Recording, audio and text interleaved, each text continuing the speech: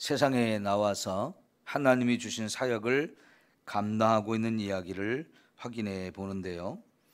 우선 1절과 2절에 보면 당시 로마 총독은 로마의 황제는 디베료라고 하는 사람이었고요. 이 예루살렘 지역은 유다 지역이라고 하는데 여기는 빌라도가 총독으로 와 있었고 헤롯인 갈리 지역을 다스리는 분봉왕이고 또 그 동생 빌립은 이두레와 드라고니 지방을 또 다스리고 루사니아는 아빌레네의 분봉왕으로 다스렸다. 그리고 안나스와 가야바가 대제사장으로 있었다 하는 얘기를 소개하는데요. 그것은 세례 요한이 이제 세상에 나와서 하나님이 주신 사명을 감당할 때 그때 상황이 어떤지 어떤 시대인지를 우리에게 가르쳐 주려고 이런 이야기를 쓰고 있고, 동시에 우리가 또 하나 더 생각해 볼 것은 뭐냐면 하나님은 유대 나라만 관심을 갖고 유대인만 구원하시는 하나님이 아니라고 하는 겁니다.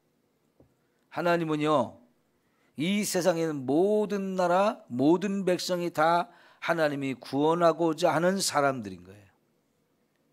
요한복음 3장 16절에서 하나님이 세상을 이처럼 사랑하사 독생자를 주셨으니 했을 때 하나님이 세상을 사랑하셨다고 그러죠. 거기서 말하는 세상이 이 세상 전체를 다 말하는 겁니다. 모든 나라, 모든 백성을 다 사랑하고 계신 하나님이에요. 그 하나님이 세상에는 모든 나라, 모든 백성들이 어디에서 어떻게 살고 있는지를 정확하게 알고 계시고 다 보고 계시고 그들 하나하나를 다 사랑하시는 분이십니다.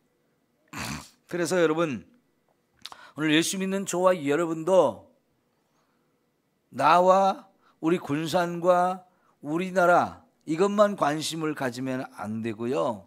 우리 이웃의 일본이나 중국이나 대만이나 북한 이런 나라를 비롯해서 먼 곳에 있는 저 우크라이나, 미얀마 이런 나라들에 대해서도 우리가 관심을 가져야 합니다. 그게 하나님의 마음이기 때문에 그래요. 더 나아가서 우리는 그런 나라 사람들은 예수를 얼만큼 믿는가 이런 것도 살펴보면서 그 나라의 선교사가 가서 얼마만큼 활동을 하고 있는지, 복음이 얼마나 전해지고 있는지 이런 것들을 관심을 갖고 그런 나라들을 위해서도 우리가 기도하고 선교사를 보내고 함께 복음이 증거되어지기를 위해서 같이 기도하고 노력하는 이런 것이 너무나 중요합니다. 예수 믿는 사람들의 마음은 온 세상이 다 우리의 관심사가 되어야 돼요. 그래서 세상에 지금 이 세상이 어떻게 흘러가고 있는지, 이 세상 나라에서 어떤 일들이 벌어지고 있는지 이런 것도 관심을 자꾸 갖고 우리의 기도 제목이 점점 더 넓어져서 더 많은 사람들, 더 많은 나라들을 위해서 기도해야 하는 겁니다. 그래서 하나님은 굳이 세례 요한이 나와서 일하는 일을 할 때에 그 시대에 어느 나라 누가 다스리고 있고 어디에 누가 왕이고 지금 대제사장은 누구이고 이런 것들을 하나님이 다 우리에게 가르쳐주고 계세요. 관심을 가지라는 겁니다. 여러분, 구약 성경에도 요나를 통해서 니느웨 백성들을 구원하려고 요나를 거기에 보내셨죠. 그런데 니느웨라고 하는 나라는, 그 도시는 이스라엘 백성들이 원수 같은 나라예요. 그래서 대부분의 유대인들은 그 니느웨가 망했으면 좋겠다, 빨리 망했으면 좋겠다 하면서 적개심을 가지고 있었는데 하나님은 요나를 선택해서 그곳에 가서 하나님 말씀을 전해가지고 멸망당할 사람들, 하나님의 심판을 받아 죽을 사람들을 살게 하라는 거죠. 그런데 요나는 어땠어요? 자기의 인간적인 마음과 생각을 가지고 하나님, 저는 싫습니다. 나는 그 사람들이 살기보다는 죽기를 원합니다. 다 쫄딱 망해서 지옥에 떨어졌으면 좋겠습니다. 이게 요나의 마음이고 이스라엘 백성들의 마음이었어요. 그런데 하나님은 그런 요나의 마음을 바꾸어서 그 니느웨 땅으로 가게 하고, 그가 겨우 하루를 돌아다니면서 복음을 전했을 때 놀랍게 그 사람들이 회개하면서 다 죄를 버리고 하나님께 돌아오는 이 놀라운 일을 보게 돼요. 그러니까 요나가 그것도 싫은 거예요. 이놈들 내가 전해도 듣지 않고 그냥 다 망해야 되는데, 이놈들이 그냥 하루 내가 그냥 간단하게 그냥 대충 형식적으로 전했는데도 그 말을 듣고 회개하다니, 오히려 전하는 사람이 더 깜짝 놀라거든요. 왜 그럴까요? 하나님이 하셔서 그래요. 열정도 없고 사랑도 없는 사람이 외쳤지만 하나님의 성령이 그를 통해서 이 니느웨 사람들을 회개시켜 가지고 지옥 갈 사람들을 구원해 주는 놀라운 은혜를 베푸시죠. 그런데 여러분, 하나님은요, 다음에 또 다른 선지자를 통해서 에돔에 관해서도 말씀을 전하게 해요. 에돔은 유대 남쪽에 사해바다 그 남쪽에 있는 나라인데 에서의 후손들이 세운 나라이기 때문에 유대인들과는 아주 가까운 혈연 관계에 있는 나라였습니다. 그러나 그 에서의 후손인 에돔이라는 나라가 유대인들을 너무나 많이 괴롭혀요. 그러다 보니까 유대인들이 이 에돔 사람들에 대해서도 적개심을 가지고 있고 사랑하는 마음이 없는데, 하나님은 선지자를 통해서 그 나라에 하나님의 말씀을 선포해서 그들의 죄에 대해서 막 책망하는 이야기들을 하셔요.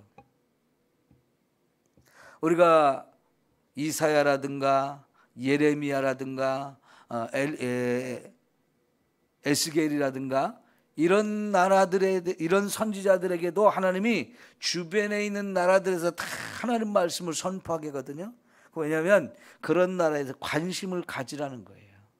하나님은 그들도 다 구원하기를 원하고 그들도 하나님의 백성으로 삼기를 원하시기 때문에 그렇거든요. 그때와는 달리 지금은 전 세계가 다 너무나 쉽게 왔다 갔다 하고 소식도 얼마든지 다 뉴스를 통해서 접할 수 있기 때문에요. 그런 우리 전 세계에서 일어나는 많은 일들에 대해서 관심을 갖고, 특별히 저와 여러분이 기도를 많이 해야 되고 선교사들이 가서 일할 수 있도록 더 많이 후원하는 일이 꼭 필요한 겁니다. 내년도에 우리가 우리 교회 창립 60주년 기념회를 맞이해서 해외의 교회를 건축하려고 하는 것도 다 그런 하나님의 마음을 알기 때문에 그렇게 하려고 하는 거예요. 하나님이 얼마나 기뻐하시는 일이겠습니까? 여러분, 이 일이 잘 이루어질 수 있도록 여러분이 같이 기도해 주시기를 바라겠습니다. 자, 드디어 이제 하나님이 세례 요한을 불러내서 하나님이 주신 사명을 감당하게 하는데, 이걸 통해서 우리가 또 하나 깨달을 수 있는 건 뭐냐면 다 때가 있다는 겁니다. 그동안 하나님은 이 요한이 빈들에 나가서 경건한 삶을 살도록, 아주 영적으로 깨어있는 삶을 살도록 오랫동안 훈련을 시켰어요. 이 빈들에 간 사람들은 대부분 하나님 말씀을 깊이 연구하고 그 말씀을 계속 묵상하면서 하나님의 뜻을 또 깨닫고 그 깨달은 말씀을 따라 자기의 삶을 아주 경건하게 살면서 끊임없이 기도하는 삶을 사는 거예요. 그 말씀을 통해 깨달은 하나님의 뜻이 이 땅에 그대로 다 이루어질 수 있도록 하기 위해서 끊임없이 기도하는 이런 삶을 살려고 빈들에 가서 하나님만 바라보고 하나님께만 집중하고 하나님이신 말씀을 따라 살려고 몸부림치는 이런 삶을 사는 거지요. 그런 과정을 통해서 하나님은 세례 요한이 이제 나와서 하나님 주신 사명을 감당할 때까지 준비하는 시간을 갖게 하셨어요. 오랜 시간 그런 준비하는 시간을 갖게 하셨는데, 드디어 하나님이 세례 요한에게 오셔서 이제부터 나가서 하나님 말씀을 선포해라. 그래서 세례 요한이 그 빈들에서 나와가지고 요단강이 흘러가는 그 강변을 위로 아래로 왔다 갔다 하면서 사람들에게 복음을 전하기 시작했어요. 그가 전한 복음이 뭡니까? 죄 사함을 받게 하는 회개의 세례를 선포했다는 겁니다. 너희는 죄인이다. 그 죄를 다 버리고 하나님께 와서 회개하고 이제 죄를 계속해서 짓는 삶 살지 말고 하나님 앞에서 거룩한 백성답게 거룩한 삶을 살아라 하면서 세례를 베풀었어요. 이런 세례 요한의 복음을 전하는 이야기를 듣고 여러분, 많은 사람들이 회개하면서 나는 정말 하나님 앞에 너무나 부끄러운 죄인으로 살아왔습니다. 말씀대로 살지 못하고 세상을 따라 살면서 욕심과 미움과 음란함과 이런 부끄러운 모든 많은 죄를 짓고 살았는데 나 이제부터 이런 죄길 다 버리고 거룩하게 하나님 말씀대로 살겠습니다 하면서 진짜 이 세례 요한의 메시지를 듣고 많은 사람들이 회개하는 거예요. 그래서 이제 그런 사람들에게 이 요단강에서 세례를, 물 세례를 베풀어 주면서 하나님이 너가 회개한 거 다 들으셨고 내 죄를 다 씻어주니까 이제 진짜 거룩하게 살라. 그런데 우리의 죄를 진짜 이제 용서해 주시는 분이 오는데 하나님이 약속했던 메시아다. 잠시 후면 그가 오시니까 그분을 다 믿어야 된다면서 예수님을 소개하는 일을 하게 되거든요. 그러니까 여러분, 세례 요한이 준비된 사람이라고 그랬잖아요. 이 준비된 사람을 하나님이 쓰시는데 이제는요, 아까 말씀드린 것처럼 요나가 가서 니느웨 성에서 복음을 전할 때에 회개하라고 외칠 때 그 많은 사람들이 막 회개하고 다 망할 사람들이 살아나는 이 놀라운 일을 경험했던 것처럼 하나님의 손에 붙들리고 준비되어진 사람이 이렇게 복음을 전하니까요, 많은 사람들이 복음을 받아들인 거예요. 그리고 진짜 회개하는 거예요. 우리가 11절, 10절부터 보면 이 세례 요한의 메시지를 들은 사람들이 나타내는 반응이 쭉 나오거든요. 그건 잠시 후에 보도록 하고요. 어쨌든 이렇게 준비되어져 있고 성령 충만한 사람이 나가서 복음을 전하니까 성령께서 그들의 마음을 다 움직여주고 열어놔가지고 이렇게 복음이 놀라운 효과를 거두는 것을 우리는 볼 수 있어요. 여러분, 오늘 저와 여러분이 이런 복음의 증인이 되어야 되는데 복음의 증인으로서 우리가 좀 준비를 잘 해야 돼요. 내가 전할 말씀이 있어야 되거든요. 사람들한테 가서 무슨 말을 전할까? 이 전할 말씀이 필요한데 세례 요한까지 준비되어진 거, 이게 너무나 중요한 거예요. 우리 복음학교가 이제 1월 둘째 주부터 시작할 건데 복음학교는 바로 그것을 위해서 우리가 준비하는 시간인 거예요. 복음을 잘 준비하고 나가서 복음을 전할 수 있도록 준비를 하는 것이고요. 또 하나, 절대적으로 전도하는 저와 여러분에게 꼭 필요한 게 뭐냐면 성령의 충만함을 받는 거예요. 성령이 저와 여러분을 써주셔야 사람들에게 복음을 전할 수 있고 그 복음을 받는 사람이 이렇게 변화돼서 예수를 믿는 역사가 일어나게 되는 거거든요. 여러분, 우리가 아무리 준비를 잘하고 똑똑하고 많은 지식이 있고 경험이 있고 그렇다고 해서 우리가 복음을 전할 때 사람들이 돌아오느냐? 그걸 가지고는 안 돼요.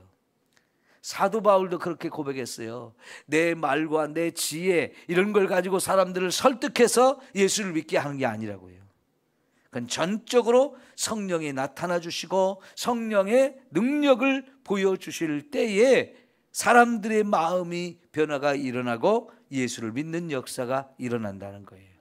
그래서 우리 전도자들은 이렇게 성령의 충만한 은혜를 받아가지고 나가서 전도할 때 거기서 성령님이 일하시고 우리를 써주시고 놀라운 이런 은혜의 역사가 일어난다는 거죠. 자, 그런 준비가 되어지도록 여러분, 말씀의 사람, 성령 충만한 사람, 기도의 사람이 꼭 되어지기를 축원합니다.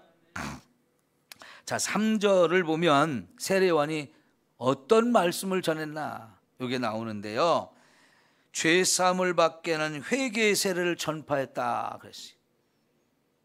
사람들에게 당신들이 죄인이다라는 것을 지적해 주면서 그 죄를 빨리 버리고 하나님께 돌아와서 깨끗하게 거룩한 삶을 살아야 된다. 회개하라. 이걸 전했는데요.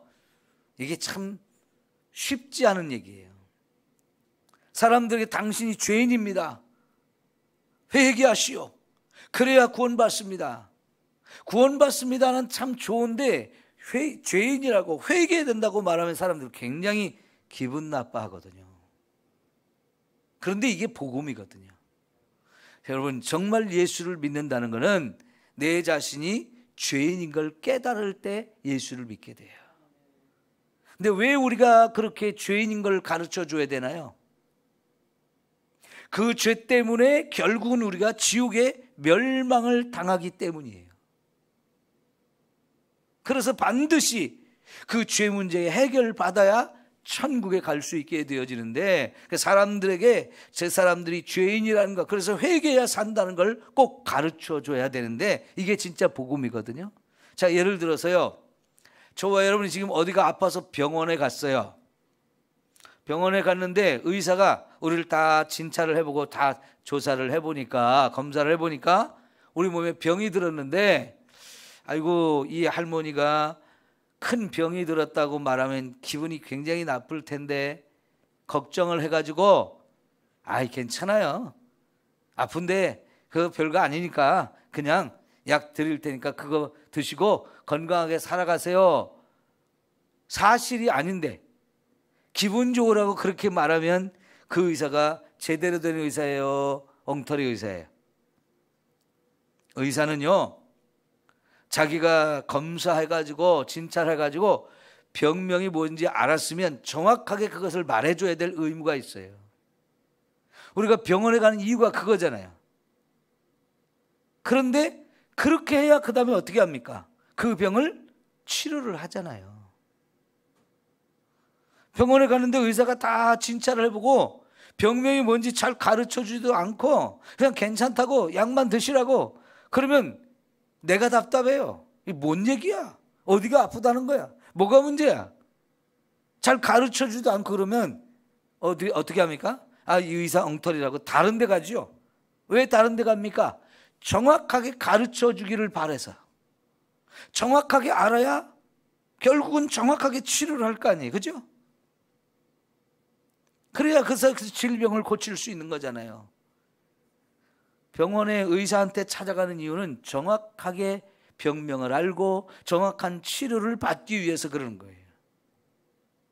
그런데 의사가 정확하게 기분이 나쁠 거니까 안 알려주고 그러면 우리는 그 의사 신뢰하지 않거든요. 다른 데로 가거든요. 복음이 정확하게 전달돼야 될 이유가 여기에 있어요. 그래야 그 사람이 정신 차리고 그 사람이 아, 이게 문제구나, 이거 큰일 나겠구나, 이거를 깨닫고 결국은 구원의 길, 생명의 길을 찾을 거 아닙니까? 내가 더 이상 이렇게 살면 안 되지 하면서 자신의 인생을 바꾸는 계기가 되어줄 수 있거든요. 세례 요한을 통해 하나님은 이렇게 사람들의 죄를 지적하고 회개해야만 살 수 있다라고 이렇게 전파하죠. 이렇게 했던 이유가 뭐냐?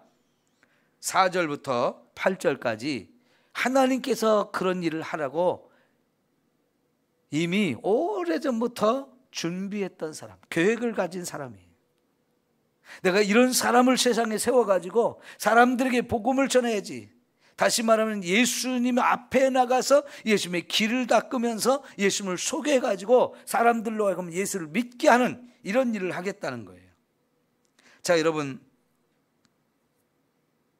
5절에 보니까 모든 골짜기가 메워지고 모든 산과 작은 산이 낮아지고 구운 것이 곧아지고 험한 길이 평탄해질 것이요 그랬는데, 자, 주님이 오실 길을 예비한다. 길을 만든다. 길을 만드는데 길을 만들기 위해서는 산 깎아버리고 삐뚤빼뚤 되어 있는 것은 반듯하게 곧게 해가지고 사람들로 하여금 예수님께 빨리 와서 또 예수님도 빨리 빠른 길로 달려와서 서로 만날 수 있게 한다 그러는데, 사실은 이게 뭘 말하는 거냐면 사람들의 마음을, 교만한 마음은 낮추고 상해 있는 마음은 위로하고 삐뚤어져 있는 마음들을 잘 이렇게 어루만져서 진짜 예수님이 꼭 필요하다는 거, 예수님을 만나면 살 길이 생긴다는 거, 예수님을 만나면 삶의 의욕이 생기고 살아야 될 이유를 정확하게 알고 기쁨으로 감사함으로 인생이 변화된다는 것을 그렇게 가르쳐 주는 일, 그게 바로 세례 요한이 하는 일인데 오늘 저와 여러분이 세상 가운데서 해야 될 일인 거지요. 오늘 사람들의 마음이 천차만별이에요. 어떤 사람은 한없이 교만합니다. 높은 산을 만난 것처럼 얼마나 교만한지 몰라요. 그 교만한 마음들을 다 깎아가지고 높은 산을 평지로 만들듯 그런 일을 해야 된다는 거죠. 우리의 마음이 변화가 일어나도록 사람들의 마음을 어루만져서 한없이 상해 있는 마음, 낙심하고 절망한 그런 마음들 다 어루만져서 그 마음에 주의 사랑을 쏟아부어서 거기에 예수님의 사랑을 깨닫고 하나님께 돌아오는 일을 하게 한다는 거죠. 뭐 골짜기 굽어지고 뭐 낮아진 거 이런 거 다 이게 사람의 마음을 사실은 표현하는 거예요. 사람의 마음 속에 길을 만들어야 된다는 거죠. 근데 여러분 그게 쉬워요, 어려워요? 그게 어렵기 때문에 그래서 성령의 충만함을 힘입고 성령의 인도하심을 따라 그렇게 할 때 바로 이런 일들이 사람들 마음속에서 일어나게 되어진다는 거예요. 이게 이제 세례 요한이 하는 일인데, 그래서 6절에 보니까 모든 육체가 하나님의 구원하심을 보리라 그랬죠. 이제 복음을 듣는 사람들, 그 사람들이 하나님 우리를 정말 어떻게 구원하는지를 볼 수 있게 해야 한다는 거죠. 예, 여러분 세상에 저 사람은 성질 빼기가 고약해가지고 내가 복음을 전해도 믿을 가능성이 없어, 저 사람은 안 돼 하면서 우리가 포기할 사람은 하나도 없다는 얘기. 때가 되면 하나님이 그 마음에 은혜를 베푸심으로 그 사람들도 하나님께 돌아오는 때가 있어요. 그러니까 우리가 먼저 포기하지 않고 계속해서 전하고 또 전하고 하다 보면 언젠가 하나님이 그 마음에 이렇게 놀라운 변화가 일어나게 하는데요. 자, 여러분, 우리 자녀들한테 우리가 복음을 전해보면 참 말 안 듣죠. 제일 속상하죠. 그래도 여러분, 우리 자녀들 내가 기도하고 복음 전하는 거 포기해요, 포기 안 해요? 포기할 수 없잖아요. 왜? 내가 제일 사랑하는 사람들이니까. 그들을 지옥 가도록 내버려 둘 수는 없으니까요. 우리 마음에 그런 마음이 있어서 끊임없이 우리 자녀들을 위해서 기도하기 때문에 언젠가 그 자녀들이 하나님이 변화시켜 주셔서 하나님께 돌아오는 그 놀라운 은혜를 분명히 주십니다. 그래서 여러분, 그런 마음을 가지고 이 세상 모든 사람들을 사랑하고 불쌍히 여기면서 우리는 쉬지 말고 복음을 전해야 하는 거지요. 예, 그러면 반드시 그 열매를 맺게 되어질 줄 믿습니다. 예, 여러분 오늘 여기까지만 하고 내일 7절부터 또다시 보도록 하겠습니다. 자, 기도합니다.